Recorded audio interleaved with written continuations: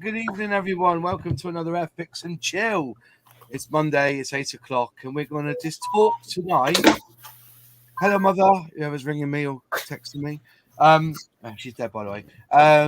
So we're going to talk tonight, really, about scale model shops this evening. Got quite a few in the chat already. Got the panel on. And we have got one shop owner here as well. He might be able to put some insights into this. And I just felt we haven't really covered it a lot on Airfix and Chill. I think one of the tragedies we've heard in the last few months is Hattons have now said we're giving up. They've not gone bust. They are financially sound. They are just, what can we say, winding down the business. And I thought we could have a discussion tonight about the future of scale model shops. Where do you feel scale model shops are in your realm? As in, are you the kind of person that will go to a scale model shop and say, I need this, can you get it in for me? Or you go there to get particular accessories or paint or supplies? Or have you, because there is no model shop around you, end up going to like the Airfix website to buy your Airfix kits, or you go to eModels or Jadlam?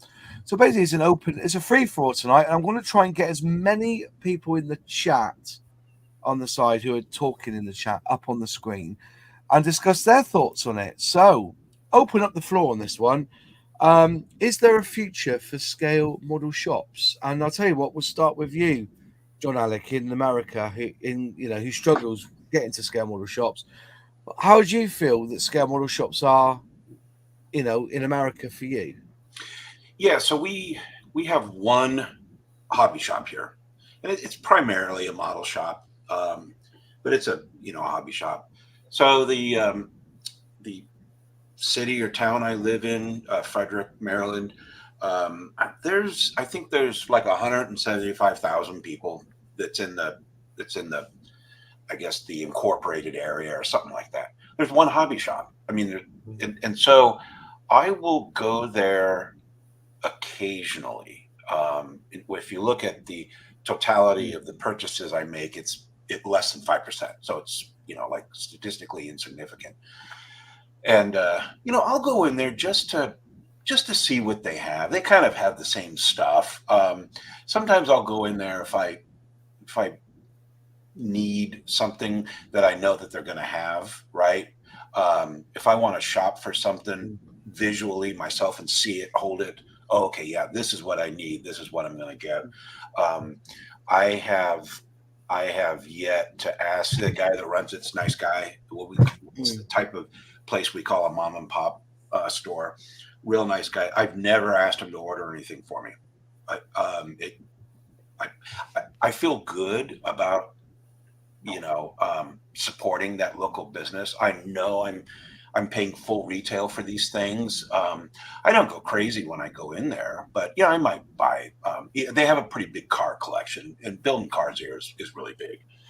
They have planes and ships and stuff like that. But I'll go in there just to see, if you got a couple cars, and I'll buy some. I'll get some paints while I'm there. Sometimes they have Mr. Color thinner, and if I need Mr. Color thinner, it's the small one, and I'm paying out the what for it. But I do at least 95% of my purchasing online. Yeah, fair enough. If there was a model shop like around the corner from you, would you have changed that scope? Would you be more inclined to go and support him if he's around the corner from you? No. I can be at my model shop in like 10 minutes. Yeah. Okay. Somewhere 10, 12, 15 minutes. Sorry, I thought it was a bit longer than that. That was all. Sorry. I can get there pretty quick. Frederick isn't that big. Yeah. But yeah, so even if we had more model shops, I tend to shop where I'm comfortable shopping, right? So I'm kind of a repetitive OCD type person, and so I'd probably still just go to that same one. We did have a long time ago another hobby shop, and that was about 20 minutes away, and it was a lot bigger. And that it closed down because of just business. I don't know how this guy stays in business. I don't think I've ever seen more than 3 different, including myself, 3 different consumer groups. So in other words, if there's a couple and another person and myself, that's 3. I've never seen more than 3 entities in there shopping at once. I don't know how the guy stays open, but anyways. Yeah. What about you then, Sully? How do you buy model kits? Have you got a model shop in your area that you go to, or you you shop around on the Tinterweb? Unfortunately, I have to do the latter. Yeah. There's not one. I thought actually have a quick look before you asked me. There's nothing anywhere near me in the slightest. There's a couple of like railway shops, but there's no like proper what I call a proper model shop. I'd rather go to a shop, but I have obviously very little choice, so I have to unfortunately use what is part of the problem. Yeah. Really. And I don't like it, but I've got no choice. I have to do it. Mm-hmm. I'd sooner physically, like Joe said, physically go and have a look at something, and feel it in my hands. Because sometimes there's a lot of stuff I have a tendency to do, and I just make stuff on the spot, and I don't know what I'm picking up is actually going to be. It's going to fit in with what I'm doing. Yeah. So I have to order it and then hope for the best. Just quickly, yeah. As I said, a lot of people are saying exactly what you're saying. Though it's like more of a case of having to, because there isn't one in your area. Yeah, it's shit really, but I mean that's the way things are. I mean, I remember years ago when I was a kid, there was like there was a couple, not too far, too far away. Yeah. Any given time, but no, they're few and far between. Because I assume mainly because of the internet. Yeah. Well, as I said in the chat here, the Flying Dutchman said, I haven't been in my brick and mortar hobby shop for over a year. Wayne Welly, I think to a degree hobby shops are needed still, but I think the internet will mostly win. Have to buy everything online. There's no model shops within 90 miles, which is tragic. I really enjoy talking to staff and holding the boxes in shops, but it's been going to online for many years now, and I miss that. That's Pete, that is. Martin B, I lost my main shop about 3 years ago. Otherwise, the next one is too far away. So I'm forced to go online. And then Gary's also said I have to travel a bit for a model shop like Hannants in Hendon. Otherwise, it's via online from different retailers. So, this is the sort of pattern. So I'm under the impression that really for model shops to survive, they have to be online at the same time. And then spend a ton of advertising to get their name at least mentioned. Or what about you then, Alex? Because you own a model shop. What's you've got a skin in the game for this one. So I'm glad you're on. Because I thought about it today. Because we all got that email from Patterns, and we may go into why they did close down. But you're a new shop, so in all fairness, you've got the biggest mountain to climb. It's no molehill for you, is it? No, and the problem is, so for me, I started the shop not to be financially dependent on it, right? That was the plan, which was a good plan because looking at it over the past couple of months, doing it full time, it's not commercially viable. So I would say coming into it as a modeler, knowing what I know, it's easy to make the business profitable, to pay for itself. To make it pay for anything else, like my mortgage, that's a whole different thing. Yeah. And if I still had my consultancy work, I'm looking for another job at the moment because the shop is not sustainable full time as it is. The margins are too low. That's one of the problems. And I have very reasonable rent. I've got a great landlord. I got very few other, outgoings. I don't have to pay somebody to be in the shop or anything like that. So it's tough to make it pay for more than itself. And any business needs to be able to pay for more than itself. So I was really happy that I could make the business profitable within a few months. Within a couple of months, it was paying for itself, which most businesses in the first year make a loss. So that's pretty good. Yeah. But when you need it to make money to actually pay your bills, that becomes a different problem. So, and in terms of kind of the root of it, the internet is obviously a big draw, and it's not helped by a couple of things. One is some of the companies are quite difficult to deal with, and I will call Airfix out actually as the worst of these in terms of, I know it may not be a popular opinion, but the Airfix shop, the Airfix club, the way that they push stuff directly to people kills local retail. It really does, because they will do stuff that retailers can't compete with, and there's no notice of that. Other manufacturers, and I will call out Revell for actually being very good at this, make it easy as a retailer. So they actually let you know. They give you the same offers as a retailer. So at least you're informed and can offer the same prices that they're going to offer on their website. So they're much more a distribution model rather than Airfix, which is a hybrid model, which is weird, right? You're competing with the people that you also try to get to sell your product. Yeah. The other part is modelers. You know, we all have a certain amount of blame, I think. And I talk about this not just with my retailer hat on of, you know, the past few months, but before. I always prefer to go to a model shop previously. One of the reasons I started the shop as kind of a sideline was because there isn't anything really in the area. You have to drive for about 45 minutes to an hour for me to get to anywhere. Now, I noticed in the chat, somebody says, oh, you know, we used to have one on the corner and it moved 15 minutes drive away. It's like, guys, if we can't be bothered driving for 15 minutes to support a local business, then we won't have local businesses. This is the whole thing that happened back in the 80s and 90s with the high street and, you know, retail food shops. The reason we don't have fruit and veg shops on the high street and stuff in general, and we have out of town supermarkets, is because people weren't buying from those local supermarkets, even if they were buying, even if the prices were the same. So the prices in my shop are compatible with internet prices. So a lot of people have come in and said, your prices are actually really good. And from my point of view, it's incumbent on a retailer to be able to compete with the internet, because it has to be a reason, right, to come in. If you can see something, get the advice from the shop, and then just place your order online for less, it's like, why would you buy from the shop? You know, there has to be a reason.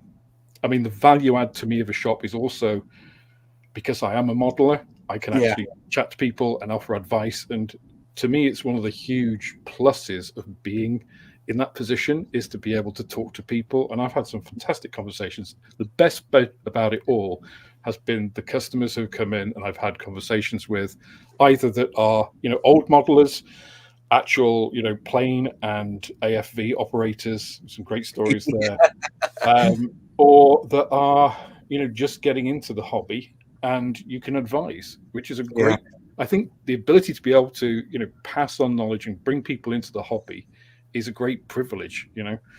And, you know, the Airfix, I think, are worth calling out on the positive side there as well. So I won't just say negative things there. You know, they deserve the positive for the starter range. I've got a full starter range stand in the shop. I always advise people, you know, if you're just starting out, it's your first thing, or you're buying. A lot of people buy for, you know, cousins, nephews, whatever. These are a great point to start at because they're designed for people to start with, you know, rather than, you know, cheap secondhand kit, which might be difficult and put them off, that kind of thing. So it's a tough one. I mean, I don't think model shops are different from a lot of other shops in the way that they have to compete with the internet. They have to compete with big out-of-town shopping centres. Less of that from modelling, but we do have to compete with things like Hobbycraft, you know, for cheap supplies, let's call them. Yeah. I think the other thing that's not unique to model shops, but is the number of suppliers you have to deal with. So in order to provide a rounded experience, why go to a model shop? You know, it's like, yes, you can pick up the kits and look at them and stuff. And sometimes it's nice to make that impulse buy. But ideally, I think, you know, you were talking about paints and different manufacturers. Ideally, you want to go because they've got a wide range of like paints. You know, you might want some Humboldt enamels. If you're a railway modeler, you might want some Tamiya acrylics. You might want some lacquer paints. You know, you might want all of that. You might also want to pick up some glue, or maybe some PVA glue, or maybe you want some cotton buds or some masking tape. Those all come from different suppliers. and they all have their minimum orders, so it's difficult to get that foot on the ladder to get a really well-stocked shop. And if you're not really well-stocked, then people will be like, oh, they only do Airfix kits, or they only do Tamiya Paints, so there's less inclination to go there. So it's a bit of a catch-22 in that as well. Yeah. Fair enough. Somebody just put up on there, which is really, really important. And I say this is the reason why the high street shops have died and are being replaced by bookies and charity shops. Is like, any major city now, like Bristol, you've got to pay a tax just to drive in to the city. And parking is nigh on £10 for 2 hours. Yeah. So then, this is why some of us modelers go to Hobbycraft, because they're on the outskirts of a city. They're in like their own, and there's no paying for parking. You park up, and while you're there, there's a Costa there, and there's PC World, or or a Sports Direct. You know what I mean? There's all this, and there's the Hobbycraft in it. But high streets are dying. And the thing is, I only found this out a few years back because I had a friend who's given up with his shop, was that he was selling haberdashery stuff like fabrics and whatnot. And across the road, there was a charity shop selling the same. But the kicker for him was that he was paying, that tax. What's it called? Business rates. The business rates. But the charity shops didn't. Yeah. Which is an absolute con. Charity, you can't deny it. The third sector, charity work, it's one of the most profitable things to get into.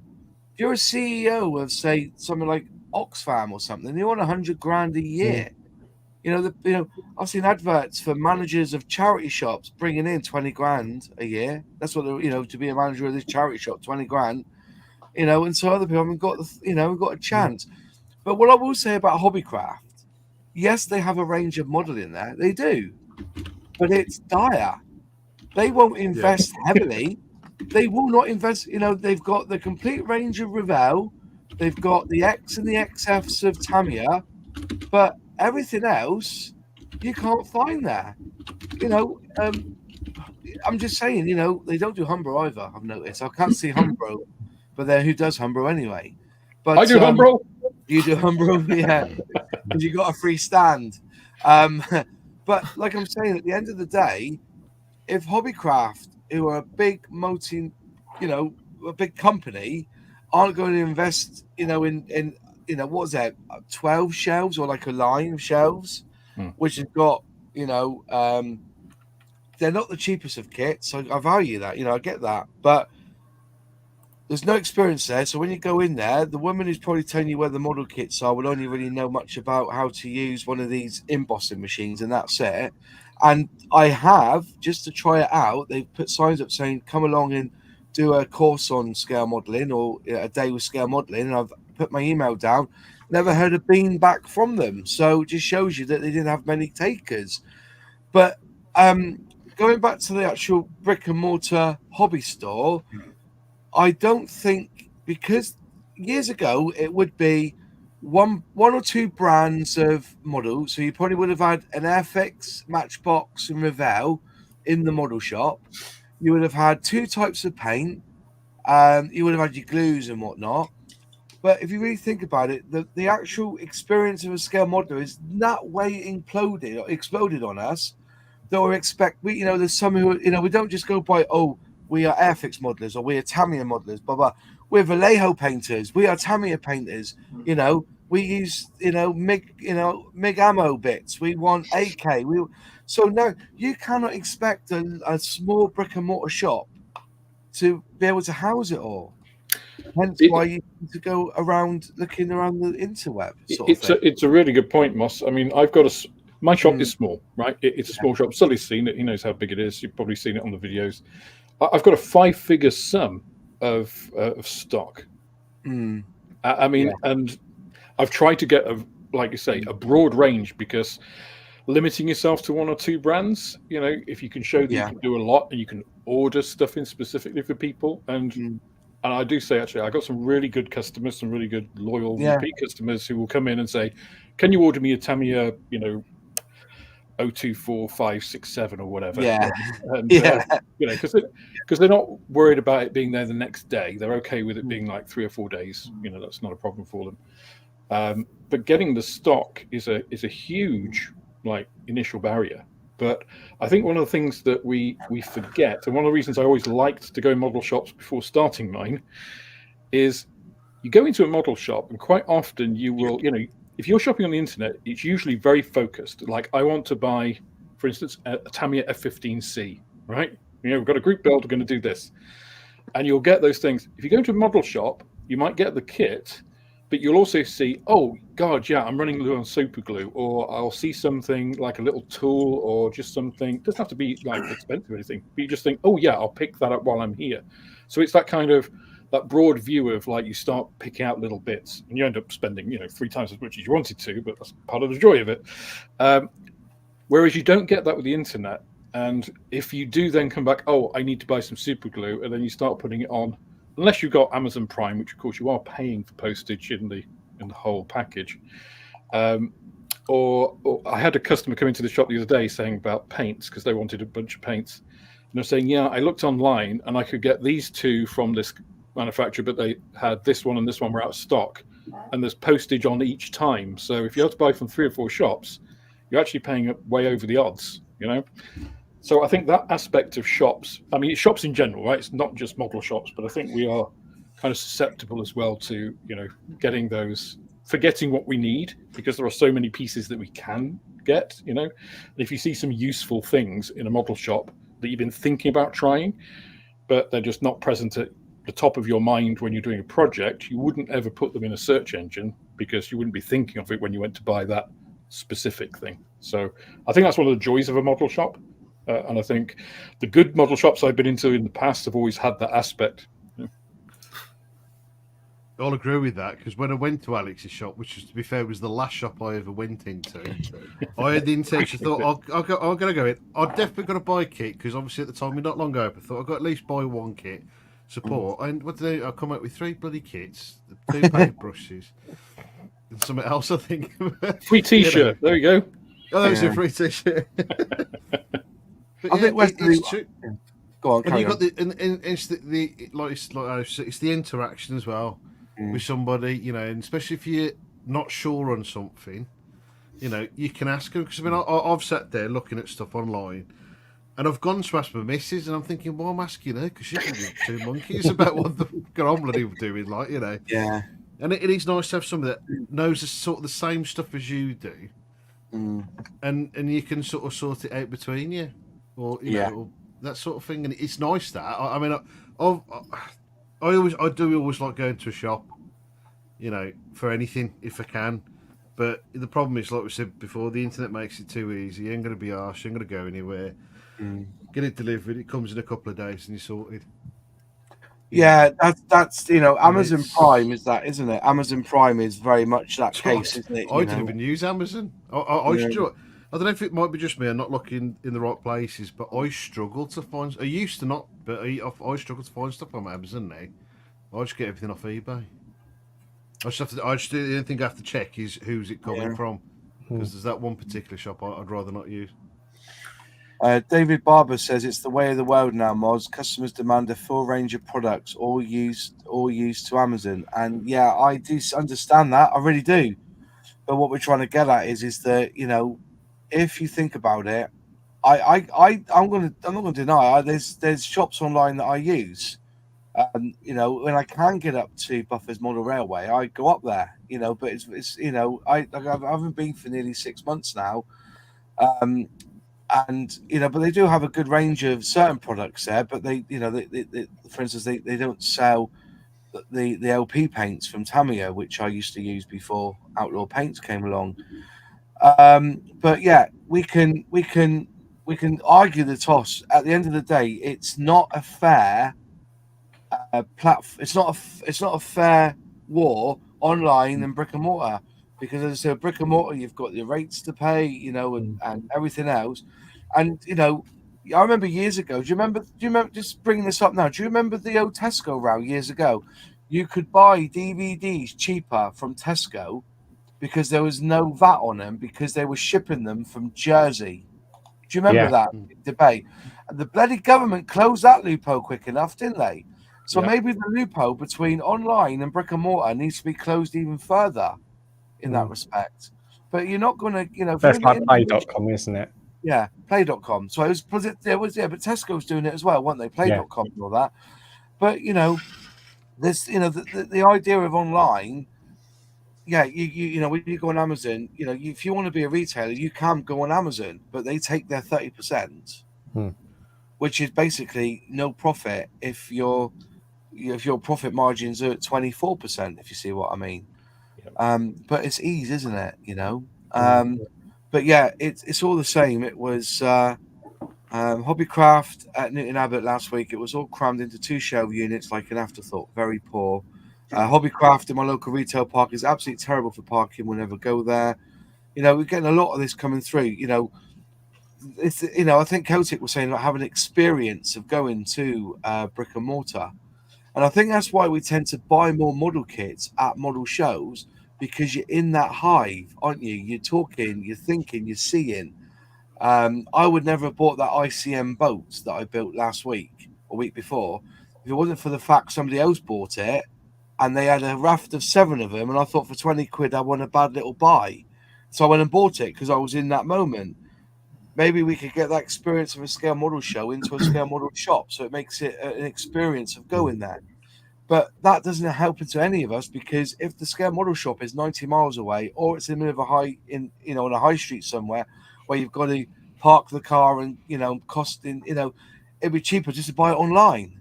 So it's still up there. What about you, John Parker? Do you still buy from online shops, from brick and mortar, or are you online now? The last 10 models I bought were definitely from the North East Model Centre, which is about 12 miles away from where I live. That's a great shop.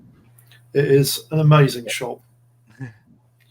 The thing I do want to say, that the thing about going into a bricks and mortar model shop is that when you're shopping online, you don't ever get that wow factor when you're picking a box off the shelf, looking at it. You don't get that, God, look at this thing. This is massive. This is really neat. You don't get that when you're going online. It's very cold, isn't it? I mean, Alex will tell you, loads of people will come in and ask for advice. Sometimes I've been in the shop and I've actually steered people towards a more manageable option, because they might be buying for their son and he likes painting figures, but he wants to buy a tank. So you go for 35th. Whereas he was looking at 48th, and there isn't much on the market in 48th figures, is there? Yeah. That's quite true. You don't get that from online shopping. That's a good one. I'll speak to you, James, about this one.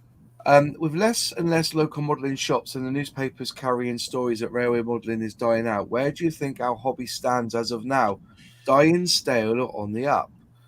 To be honest, it's YouTubers who are saying that it's stale and dying.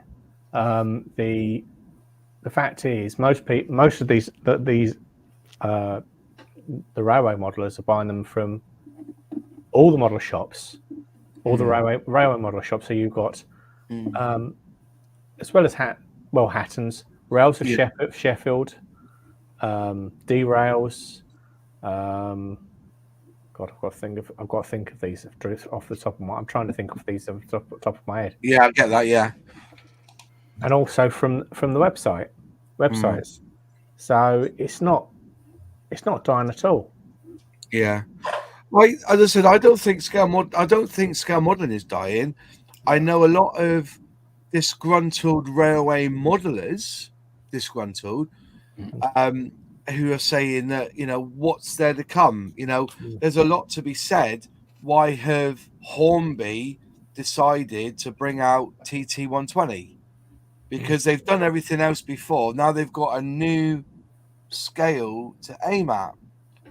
Maybe that's a new option. What people don't see is I've actually been approached by Hornby, and I've had the market research team come in here. So obviously, when people are speaking to if they're speaking to Hornby, they've spoken to us. They've spoken to the railway modeler. Yeah. And most of the people, they realise that people live in smaller houses these days. Because there are all these housing estates going up in 10 minutes flat. They're about, well, the average size of room is 10 by 10. So you can't get a model railway in there. No, it is you have to build an extension, don't you, or do something with the attic. That's right. I just had a flooring put. We've only done 2/3 of the attic, by the way, 2/3, and that was over £2,000 just to get the floor down, or 2/3 of the attic. Yeah, it cost me to do that. Yeah, and that's not including. I've got to actually start looking, because it becomes a bit of a nightmare, because now we've sealed it off. It gets quite damp up there. Condensation rises, hits the top of the roof, and then comes down as like raindrops. So we've got to find a way of ventilating it. That's going to be more money, and because the age of the house, we need planning permission to do something to the roof, and blah blah blah. It gets too much. So, but maybe they were thinking that because of this, and people are thinking, well, it's just too big for let's go down the 120 route and let's invest in new tooling, new trains, and everything into that 120, which is a little bit bigger than N-Gauge. Well, N-Gauge is small. Yeah. So for little kids, obviously it will easily get broken. TT120 is a little bit larger. It's only a little bit larger, but it's a nice handleable size. Yeah. And obviously the track is obviously for people. They can put a layout on a dining room table like this. Yeah. So you can then flip up, if it's a 6x4 sheet of plywood, then you can flip it up out the way and then put it down again when you want to use it. I get all that. I mean, I used to have my layout in here for my first layout before I went up in the loft. And that was a 7x4 sheet. Yeah, 7x4, but hey-oh. Yeah. I think my dad was being lazy because he didn't want to get the long pieces of timber. Crazy Locker said you also have to consider American distances, a different perspective than of the British view and traveling. I get that. Normally if we jump in the car and have to drive 2.5 hours, well, that's a bit far. Whereas you probably got to get on a plane. It takes you 2.5 hours to get on the bloody plane and 2.5 to get off the other side. So I get all that. Wesley Wynn, Airfix themselves are on the up. They posted the best profit for 3 years, didn't they? Well, they don't do that. Hornby put out a release saying that they've made, but if you go looking through the figures, they've invested heavily in wargaming, so that's something a little bit we've got to get into. But the reason I brought it up, because I said, was Hannons. That's right, Hattons. Get it right, not Hannons. Hattons. There is a company that you could say was like the Woolworths of scale modeling. Everybody knew of them. Yeah. When you would buy a second-hand kit from a model show, there would be a sticker on it saying BTs or Hannons or Hattons. Hattons. There'll be a sticker, wouldn't there? Oh, that kit had come from Hattons. Honestly, sometimes but yeah, but for them to just decide now, that's it.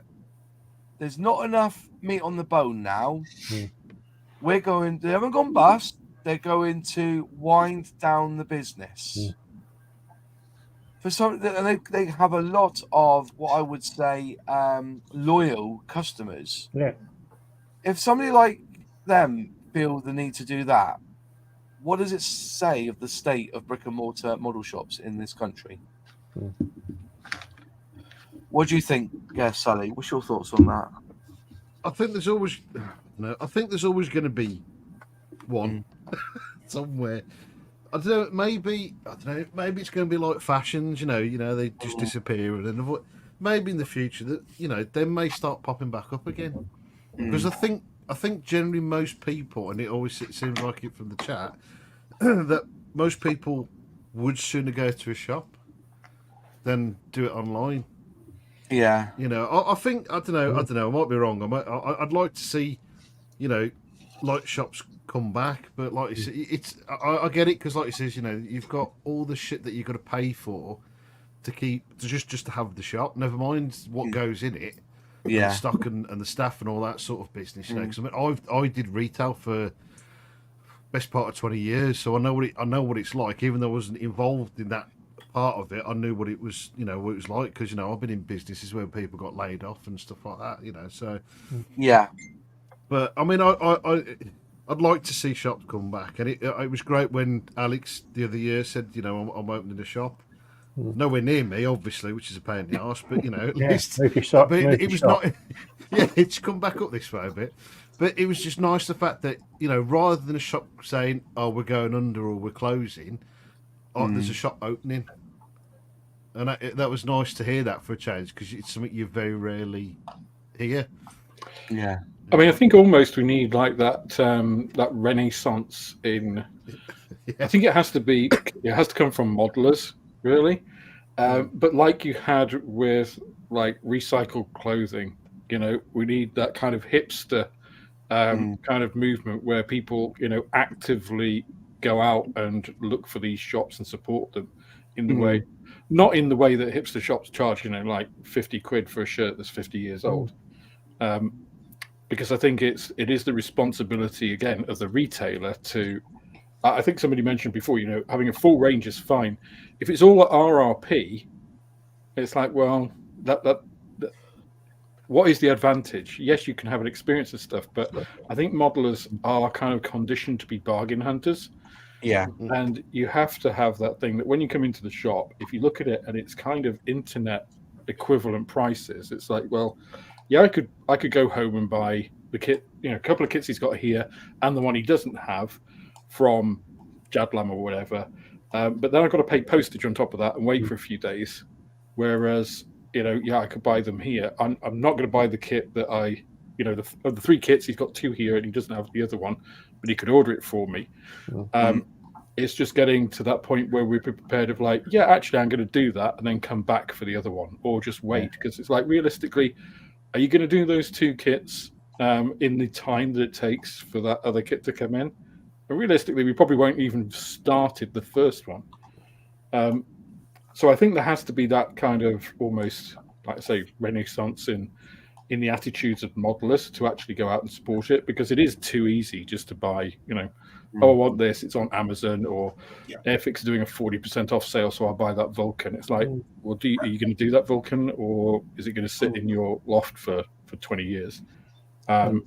So there is that, because I think with, and somebody raised it here about business rates, the barrier to me, say I persevere with the shop, I get some job that pays the mortgage, that allows me to do the shop full time, and it pays for itself. The barrier for me getting a bigger shop, so a chap unfortunately passed away. He was the key maker and cobbler in the town, right? He's got a bigger shop. So if I were to say, oh, okay, I could go to a bigger shop, if the rent is more, the rateable value increases. At the moment, I'm exempt from business rates.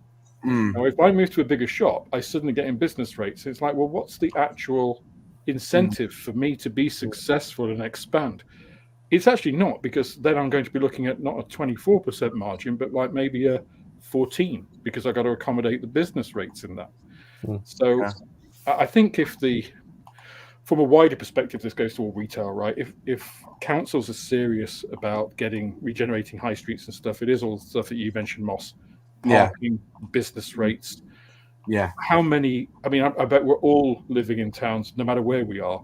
Whether it's the States, whether it's Britain or Europe or wherever, where you go into your local town and there are empty shops or empty units, or there's charity shops, or there's a lot of hairdressers, and it's just like it's all the same. And it doesn't give you that feeling of like, well, I'm going to go there to buy something because I don't need my haircut more than once every 2 weeks. Or I don't need a tan today. Yeah, John doesn't have that problem, do you, John Alec? You don't worry about that. No. Just gets it off the barbie. Yeah, that's it. Yeah. Well, Sully needs a vajazzle, and yeah, he has a brilliant head of hair. Yeah, so brick and mortar. So just because you've got a brick and mortar, actually, you have an online shop. Do you find the online side of it getting hard to grasp? Seeing that the likes of, I'm going to mention names: Jadlam, E-Models, even like the retailers Airfix, Revell do online, and they've got because the last kit I bought off Revell, they had a 40% off thing in an email, and I think I bought the F15 Strike Eagle, and that came from the UK because the label was UK.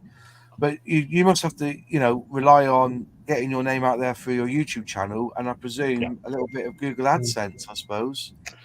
Yeah, exactly so. So I took advantage of you spend £400, get £400 free on Google AdSense last year. Doing it right is the issue. Doing it right is the issue, because you can spend like £400 and not get the target audience. Exactly. This is why there's businesses now who just help you with Google advertising, and it costs an absolute fortune. And to be fair, I used to get the Jadlam email, and I turned it off for a while, because it's just constantly every day there's something coming through. Not Jadlam, sorry, the Mini Art one. It was just constantly bringing emails through and through. I keep the Jadlam one on nowadays because I end up getting more news from Airfix from the Jadlam newsletter than I do from Airfix themselves. Doesn't mean I buy off Jadlam. I think I had to buy one off them once, and that was because one of the kits that I had pre-ordered from Airfix never showed up, and I had to get it next day. So I got it on Jadlam, paid the £4.99 to get it next day, and lo and behold, it came quicker than Amazon would bring it. Amazon never gets here before the afternoon, and Jadlam, I bought it say 2:00 in the afternoon on the Friday, and I got it 9 o'clock, 10 o'clock Saturday morning through Royal Mail. So, Braywood Park has put this up as a railway model. I think Hatton's falling out with Bachmann and then Hornby could not have helped their business, and they never sold stock at exhibitions, unlike Rails Colonel. And does anybody got any insight into that? Because I didn't know they fell out with Bachmann. I know they fell out with Bachmann. I thought it was actually Rails that fell out. One of the big retailers fell out with Bachmann. Weren't stocking Bachmann for ages. Yeah, I think it was Hannon. It was Hatton's. You got me saying Hannon's now. Yeah, it's hard, isn't it? Yeah. So there was a bit of an off there. I know that Bachmann, their trade. Somebody sent me a letter saying this is how much it costs to have Bachmann in my shop. Yeah, and they wanted nearly a third of the shop with Bachmann products. Yeah. And I'm not. But said for a company, they did their own rail stock, didn't they? They did their own rolling stock, didn't they? Yes. The trade side. I think they may have. I think they may have caught a cold on how much tooling costs are. Yeah. Because obviously, when they obviously they're very ambitious what they were doing with their their rolling stock. Well, if you remember watching James May's Big Trouble in Model Britain, they invested heavily in a Terrier and some Class 66s. Simon got a whiff of it, brought theirs out, and you saw, I did an article on it on my Substack. The fallout for that was ingenuous on Simon's part.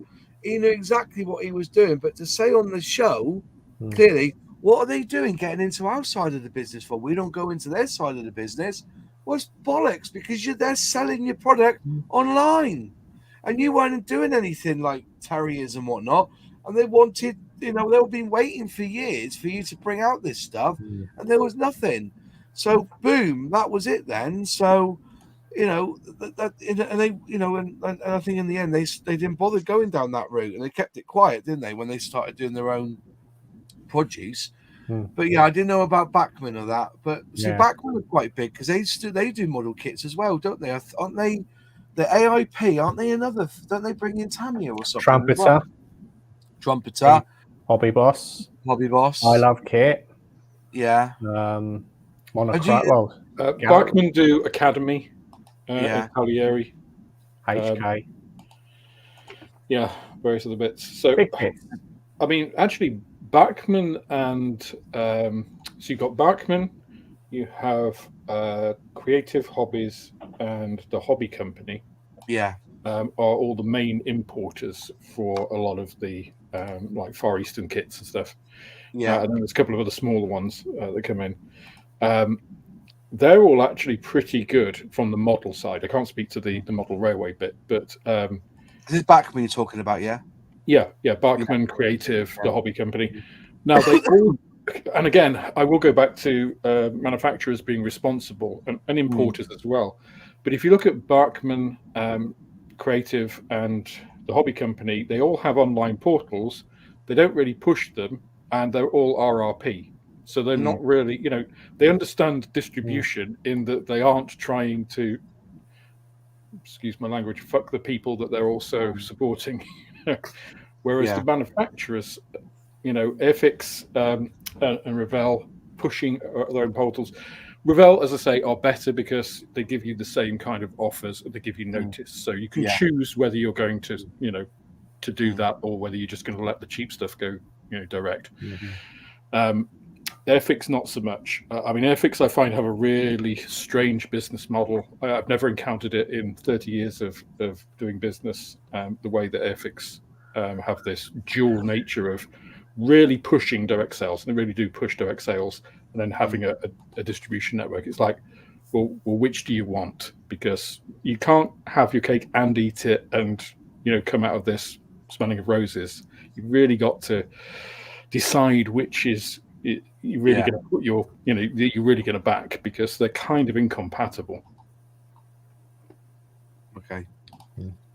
Fair enough. I get that. But yeah, I don't know what Bachman are like on the railway side, but for the model side, they're pretty. They are good at supplying spare parts, apparently. So I've heard.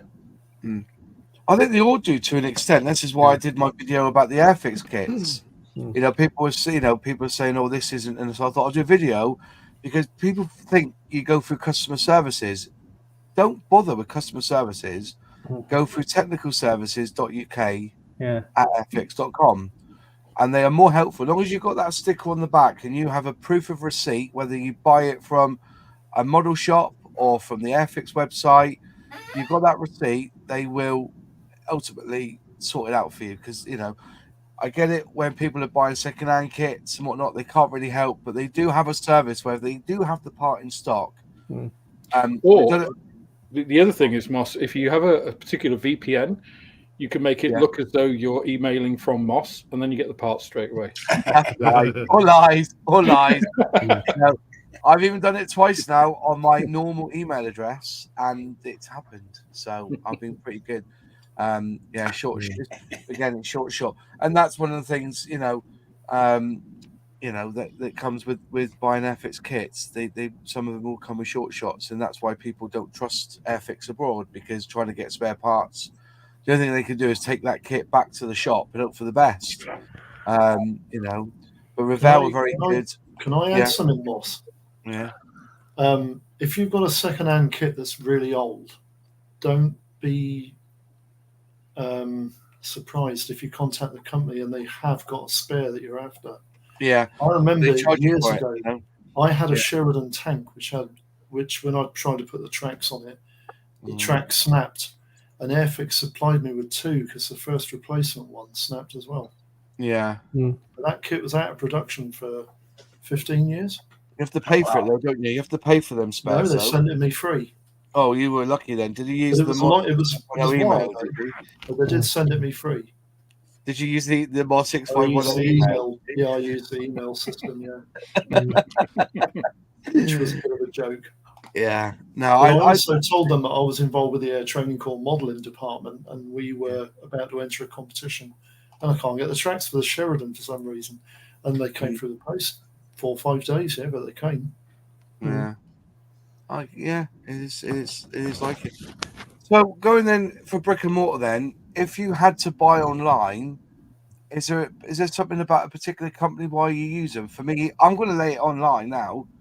I think eModels is the closest you're going to get to an online slap on the back, because whenever you get the emails, it's the word is humanist. It's very humanist, sort of like, oh, well done, you're our #1 scale modeler, but they're like that. It's a really, and the emails look really good, And I know there's other companies that just, as soon as they've got the product, they don't want to know you, because there's a certain online company that I bought this rack off them. I did a review on it. I thought it was good, and I had to use super glue to glue it, and then it kept cracking. Every time I moved it, it would fall apart. This glue holder I bought, plastic one. If you go back looking through, you'll see the thing on it. And the response I got was, "Oh, you just use normal modeler's glue." I said, "No, because it's a very strong plastic. It doesn't melt. I've tried. It doesn't melt it. The only thing I can use at the moment is super glue, and that's cracking. Every time I move it, it cracks and falls apart." And that was it. They never even responded to my thing. So I tend not to use them. I do when I have to, but I do like using e-models. And also sometimes when I've wanted stuff, I'll go to Buffers and I'll get them to order it for me and they do it, and it's really good rate. But is there any particular brands you use that you've had a really good experience with? Models for sale. Models for sale, that's a good one. King Kits is another one. King Kit's quite good. Yeah, very good King Kits. Cezanne Scale Modeling e-models have certainly personalized their portal. One of the things that I like about them, it's a very human sort of, they've got their little memes and stuff. But yeah, it's, we haven't, Amazon, sometimes you go on Amazon and and they'll do some kits cheap. I remember the, one of the 144 planes I bought for £4. It was £4, and that came from Germany in 5 days. Wow. And all I paid was £4, and they shipped it to me from Germany. Wow. There was no money in it, obviously, but it came from Germany. Well, my Tamiya Raiden that you recommended on Amazon, that came from Portugal. Yeah. Portugal, yeah, came from Portugal. I built it. Those submarines I built, they were £4 or £5 off Amazon, cheap as chips. Jeff says, I have a short shot on my Airfix 148 sticker kit. As you say, I will try technical service. Watch my video. I released a couple of days ago, just before the model show video I did. I went through the process of how I got a spare part for my kit that was broken. It was quite funny because I think there might be an issue with that Rotodyne, because the actual kit came with 2 props labeled like on the back of a Airfix box. So and that kit's going to scaling models to build. I'm not going to build that one, but yeah, that's quite true. I found Amazon is getting more expensive than some shops these days. Yes, I do understand that. Yeah. So I go to Scale Hobbyist, so that's kind of my first place. It's a US based, so I tend, of course, I go to US based stuff. We have Hobby Link, 1001 Hobbies. I'll try that. That's not even 1001 Hobbies. That isn't American. I promise you that now. That's France. Oh, okay. Yeah, they have a distribution center, and they all come out of Atlanta, Georgia. So really? Yeah. So. Anyway, Scale, and I don't have a relationship with any of these folks. I've just gotten, the first place I'll go is Scale Hobbyist. They will usually have what I need. They don't have the biggest selection, but they tend to have, and they carry all Mr. Color products. 'Cause I'm kind of a Mr. Color guy, and shipping is less than $10 for whatever I buy, and their prices are competitive. So that's in the States, and so actually I don't really go to Amazon too much anyways, because what I found is these whoever it's coming from, they include the shipping in the price of the product. So in other words, if I'm going to buy a Tamiya paint or a Mr. Color paint, it's 2, sometimes 3 times the cost as what it would cost me at like Scale Hobbyist. So a Mr. Color paint is they're all somewhere between $2 and $3. But if I go to Amazon, I get free shipping, but the cost of that paint is going to be at least $6, $7, $8. So the about 1001 Hobbies, this is twice it's happened. Again, I always give people the benefit of the doubt the first time. So the first time I ordered Tamiya panel line accent in brown. Okay. And then it took over a week or 9 days for it to get to me. And when it turned up, they sent me Humbrol brown wash. So I sent them an email back, said this is wrong. They said you need to send the product back for a refund. And I had to send it back to France. Send it back to France. I was really pissed, really was. Anyway, the second time I ordered Tamiya extra thin, the green, the quick setting one. They sent me the normal green, and when I rang up, and also the number they have on the website it doesn't even work. It's an English number 0845 or 0848 or something like that. Doesn't even work. And then to my email saying you sent me the wrong stuff. This is on the order. This is what I've received. I'll send it back for full refund. So on 2 occasions they took my money, sending me the wrong product. But to send it back to France was £8. So for me, I don't care. Have paid that. No, they should have paid that. No, because they're not under distance selling regulations or contracts. Or is it a consumer contract regulations like used to be? Is it not an English website? No, it's not. It's still based in France, even though it says. Right. I've got you. So that's the con. It's like a front, and you're getting it abroad. That's just me. I wouldn't use them again. That's it. So, but when I put that out there, this has happened. The comments I received were like, "Yeah, we won't use 1001. They're a con. They claim that they're in the UK, but they're not. It comes from abroad. And when you buy something, it doesn't come within 9 days. You know damn well they've got it from abroad. That's how it works, isn't it? So, but they get away with it. But lots of people, even tonight, we've got people saying 1001 hobbies are, basically dog shit. And I'll say that to me, prove it, dog shit company. Yeah, I buy them when they're the only people that have it. Like I said, I'll go to Scale Hobbyist, and then I'll go to Hobby Link, and then I'll go to like 1001. Yeah, fair enough. If it's good in America, then but that's what I mean. It's a front. It's a front. They're a European company, so interesting. Going down through the comments for shopping in the Netherlands, I like most models. Domino model, MBKDE, which is German. There's a lot of online shops that have interesting supplies.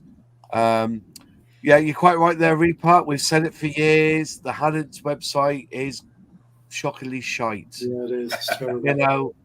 It is like the Krypton factor, isn't it? You got to go in there and you search your result, and before you know it, you're saying, "Start the fans, please!" Trying to pick something that you want. You know what I mean? It's crap. You can search one thing, you'll have 1,000 options. Exactly. You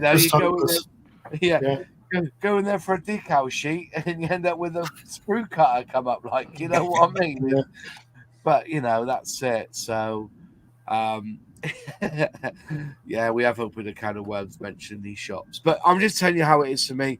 And when I say these things, because I don't just say it because it happened to me, other people have had worse experience than I have. Kits that come and not even what they've ordered, Tamiya kit, and they've ended up with a trumpeter. It's really, really bad. That's not good. Yeah, but don't you think that this is the big plus to go into a model shop? It's the fact that you've got a point of contact. Yes. And there's no issue over misunderstandings or anything. Exactly. I mean, if somebody buys something off Alex's shop and there's an issue with it, he can take it back to Alex, and Alex can either give him a refund or a replacement, and then he'll get the refund from whoever it is originally sourced the kit from. Yeah. Online, it's not always that easy. Yeah. No. Well, the other thing that a couple of people have mentioned, and obviously this is UK specific, but is who is delivering it? Because sometimes, like, I think a couple of people have mentioned every. I mean, I know that where we live, it's a little bit touch and go whether every delivered to the right house. Whether, you know, I received a proof of delivery once from DPD, and it was just like a photo of my parcel outside somebody's house. And it wasn't my house, and it's just like, So you kind of, you know, forget all of those issues, but you've paid for that service that hasn't delivered your model to where it should be. So there is a bit of a risk factor there as well. Crazy Lucky, that there about finding Polish companies pretty good too. If I need something from a Polish company, I'm not lying, I will go on eBay because they're banging on eBay. All right, it'll take you a week to get there in the postage, but you know, some of it postage about £4 or £5 for certain things. But it's you've got to go where you're loved and you know where you're going to get. To be fair, I've never had a problem with Hanon stuff. When it comes, it's brilliant, spot on.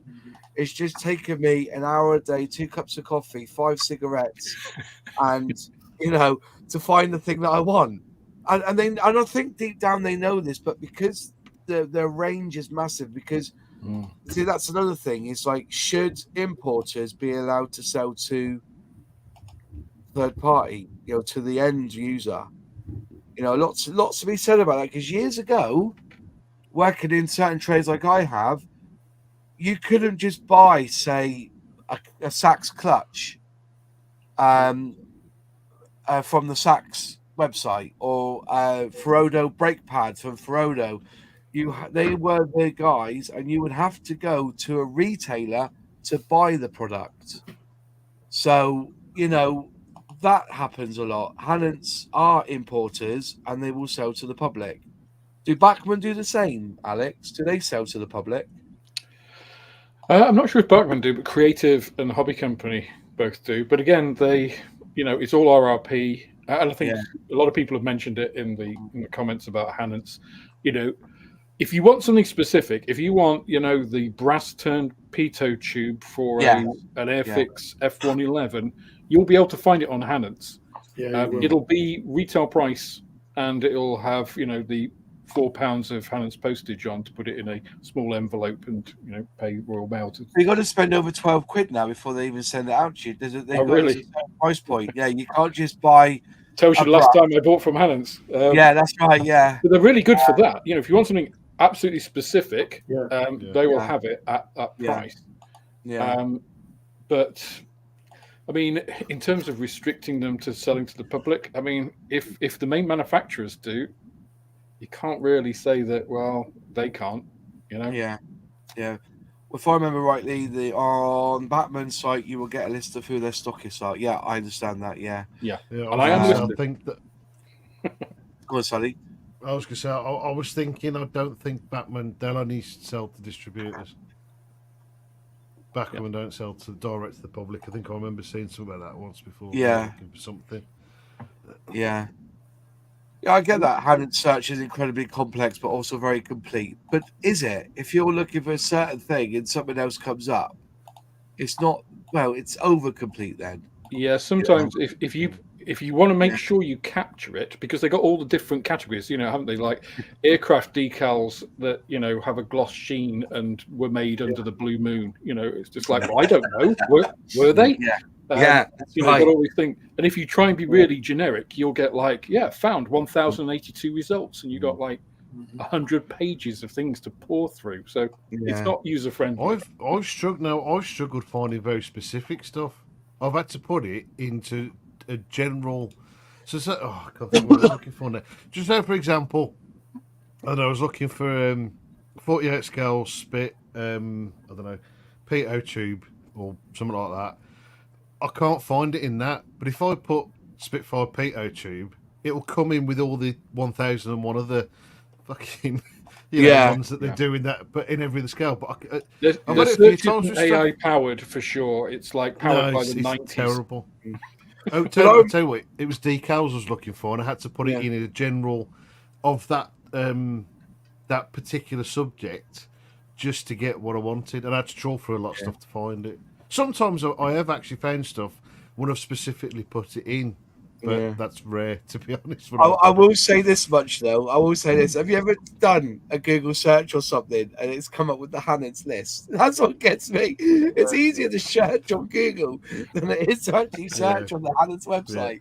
It's every single time I've done it. Like looking for something on Google, and next thing you know, there's a list and there's Hannons there in the mix. Like, you know what I mean? So get something right. Oh yeah, Crazy Lockers just said there. Google power search for the win. Yeah.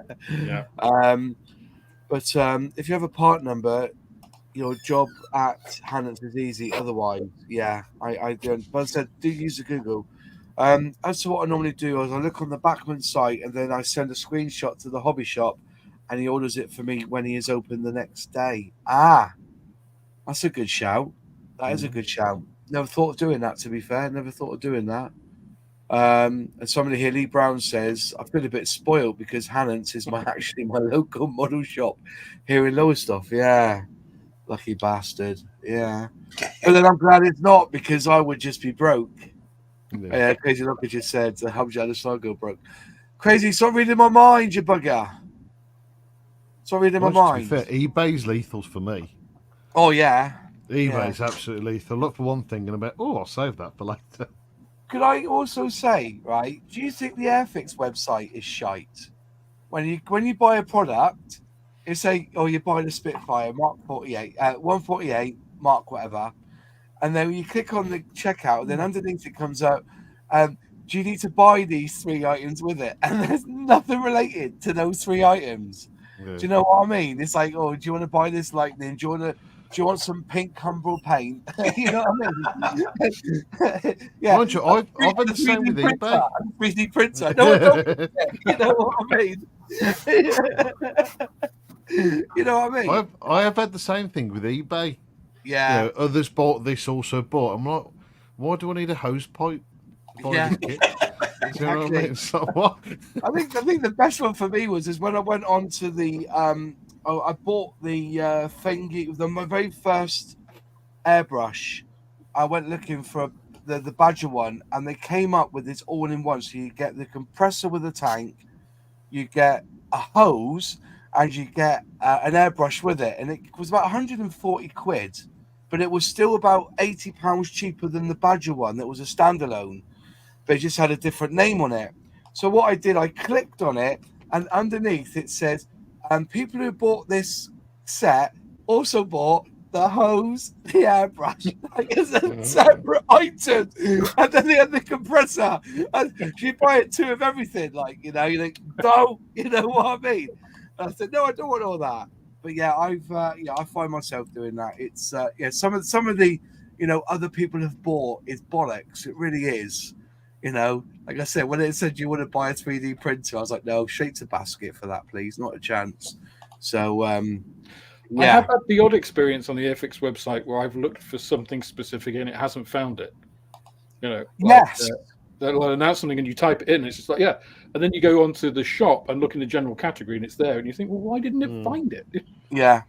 I think it was taggers who put in my Discord saying, why is it that, or somebody did, saying that when you go to the Airfix website, say for instance, you go to airplanes or planes, and then the scale, then you put military or non-military, and then in the non-military, it's things like Spitfires and everything, and then vice versa.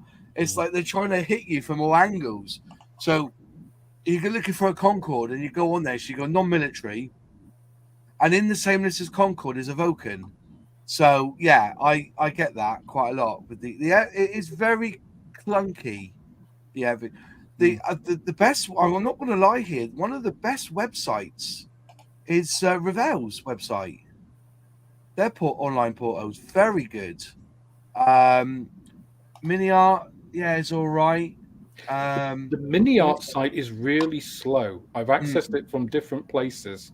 Yeah, with like fiber optic connection, and it's still slow. I don't know what about it. I mean, they have a lot of images. I don't know whether that is it, but yeah, mini art can be really slow. The Tamiya website, don't even bother. It doesn't exist, does it? It does, but when you get on it, it's in Japanese, and you've got to click the English flag. Some of it's still in Japanese. Yeah. and then you got to scroll down through it, like, you know. Yeah. Okay, that's interesting. Airfix did that with the Bloodhound, announced its release and removed it from the website since they listed it as unavailable. Did they sell out? That's because Alex got them all in his shop before everybody else. They must have heard you, Alex. They said, "Right, sod this. We're going to send him all these Bloodhounds to sell." Because you got it. You know what? That is one of the things that's making me really doubt pre-ordering Airfix kits. Because I pre-ordered the SRN1, I pre-ordered the Bloodhound, and I didn't get them for 2 weeks after the event. The only reason I got the Bloodhound was because I asked a favour from somebody in Airfix to send it to me for a review, and they sent it to me. But my original purchase one, and the Rotodyne was days late as well, you know. So that's one thing I'm wondering whether to bother with doing pre-orders now. Whether just to wait until they release it, then buy it and pay the extra £7 and get it next day. But still, if it does say next day, it's not next day because it's still another 2 days because I don't know what's happening with the warehouse. They just seem to take forever to dish it out. But I'll say it now, I'll say it again. Every kit I've received from Airfix, from DPD, has been immaculate. No creasing, no nothing on the boxes or nothing. So I think DPD is one of the better ones anyway. Well, when DPD come, you get a notification, you click on it, it would even tell you the star sign of the driver in Anna's name. So, you know, and they tell you it's 8 stops away, so you can get home in time, or make sure you've got your Ring doorbell set up ready for them to answer. You know, to answer it. I do feel it's a bit too personal. What? DPD? The DPD, yeah. I was like, I don't need to know what you have for breakfast. No, that's right. Yeah, I just want my parcel now. I don't care. Yeah, you know. Yeah, but they are good. They are good. To be fair, they've gotten better. The driving's horrific, but they're they get there. Like, But I've to be honest with you, I mean, I've only really pre-ordered 2 kits from Airfix. I don't think I'll bother again. I'll wait till after it's come out. Because when I ordered, I pre-ordered the Sea King when it come out. I can't. I've got it in one of our lot in our Discords and ordered it and got it. They ordered it a couple of days after it had been released, or the day before, and they got it about a day or 2 before I did. Yeah. I was like, what was the point in pre-ordering? What's the point in doing it? I think Matt from Modern Moments had the same issue. One of the things I would say actually about bricks and mortar stores is pre-orders from like the likes of Airfix. When they say pre-order with us, that kills retail. If you're going to pre-order, because retail shops rely on that for obviously getting stock in, knowing stock levels, all that kind of stuff. Because for each of those suppliers I mentioned, they all have a minimum order, you know, or they have a minimum order with free shipping, you know, otherwise you've got to recalculate price and stuff. So I would say if people can support their local stores by pre-ordering from them, it's always better. But I get why people do it direct from Airfix, but there should also be a benefit for pre-ordering as well. Yeah. Because when I've always pre-ordered stuff before, I've pre-ordered it and I'm going to guarantee I'll get it X amount of days before everybody else. Yeah.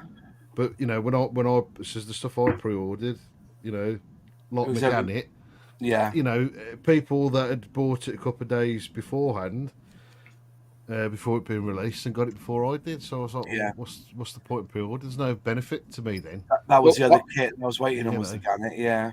I wasn't also, if nobody has done, watch the video. It's pretty good. Yeah, it is good. Just it is very good.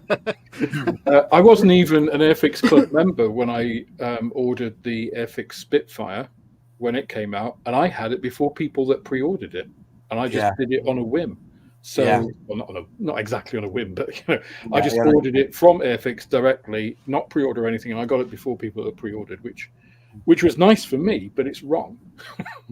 I just want to quickly jump on this comment. We're going to go back to this because I've got an interesting thing I want to say as well.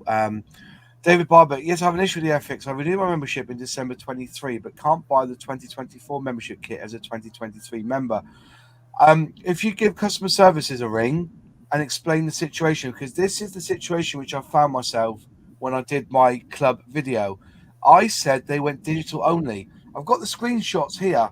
It said on the website that the magazines were going to be digital only. And then when I put the video out, they then tweeted back saying, oh, no, they're going to be physical. And I was like, no. And then I had a chat to Dale, and he goes, yeah, they're physical. We'll get the website changed. So he changed the website slightly on the top half. But when you look to the bottom, it said digital only. So your membership would actually be digital only as well. But I would ring up and query it and say, listen, I bought this in December, 4 weeks before. In theory, you have 90 days to cancel anything that you subscribe to. Yeah. So I think you could ring up and say, I may get shot for saying this, but you've got a case here to say, look, I bought it in December. You've just announced your new one now. Can I cancel it and then buy the new one? I don't think that's beyond, consumer distance selling regulator. Where it used to be called distance selling regulation, but now I think it's called consumer contracts or something. But I think you have 90 days. I have to put 60 days on stuff that I sell online. So if they don't like it, they can send it back. All right, they may have to pay for it. But seeing as digital, I'm not too sure where you stand. But I would argue this case and say, look, I bought this. It's not fit for purpose for me. Can I at least change it or add the extra £5 or the 20 quid that I need to pay and have it renewed from now, and just see what they say? And if they don't, just keep pressuring them. And like I said, if you don't get the answer from the first person, hang up and ring again. You know what I mean? You do that on eBay all the time. You need to ask your mate, the black belt barrister. Well, black belt barrister. Nah, good lad. He is good lad. He is. But going back to the pre-order thing, and everything else. Well, there was somebody had, Airfix did that. Bloodhound announced it released and removed it. Oh no, it was something about it was on Amazon. Somebody said it was unavailable. It was pre-order, but you could buy it from Amazon. There's a bit of a catch here, because if you've noticed that Airfix now sell on Amazon, if you did buy it on Amazon, it would be as a pre-order, and they would give you a message saying this will be available in 2 or 3 weeks. Because I found that out the wrong way as well. But if you look on a lot of the kits that are being sold on Amazon, it says the retailer is Airfix. So, but yeah, I said, could they? I said it, about the Airfix Club. Why can't they? If you're an Airfix Club member, to really make it worth your while, you will get the kits, before anybody else does, even those who pre-order. But also, the other thing I was going to mention was, I think this ME410, right, that they announced at the Scale Model Show, how much did that help the brick and mortar store that were at Scale Models or wherever around the country? You were able to buy that kit straight away. Once they announced it, you could go to your local model shop if they had it and buy it. Wasn't that a good thing to help the retailers to do it that way? Just put it out there. So having a pre-order. Well, so like for instance, on the Friday they announced the ME410 was available. They're releasing it now, and then you can either go on to Jadlam or Wyndham Wonderlands, or there's about 5 or 6 companies you could buy that e-models. You could buy that kit from, and you would get it either the Monday or if you went to the Scale Model Show. Only buy it from the people that were at the show.